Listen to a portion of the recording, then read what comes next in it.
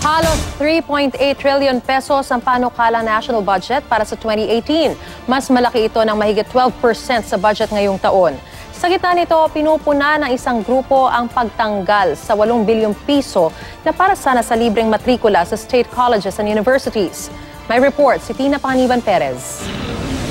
Pinatikos ng ACT Teachers Party List ang pagtanggal ng Department of Budget and Management sa probisyon para sa libreng matrikula para sa mga undergraduate at medical students sa mga state universities and colleges sa panukalang 2018 budget.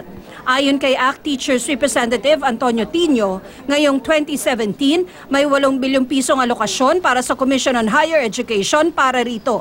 Pero sa panukalang budget para sa 2018, binura raw ito.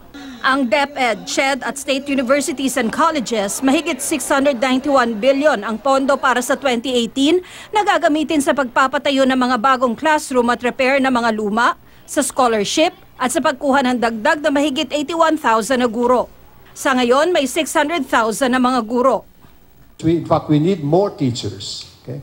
We need more teachers because of the K-12, and we really want to improve the education sector. Para mapatupad ang utos ng Pangulong pagpapatuloy ng laban kontra droga ng administrasyon, 900 million pesos ang inilaang budget sa Oplan Double Barrel para sa taong 2018. The PNP is expected to intensify its law enforcement operations with 900 million for the DILG budget allocated for the Oplan Double Barrel Reloaded, the administration's flagship program against illegal drugs. Sa kabuuan, 3.767 trillion pesos ang panukalang budget para sa 2018. Mas malaki na mahigit 12% sa 3.35 trillion budget ngayong taon. 10 billion pesos dito ang inilaan para sa rehabilitasyon ng Marawi.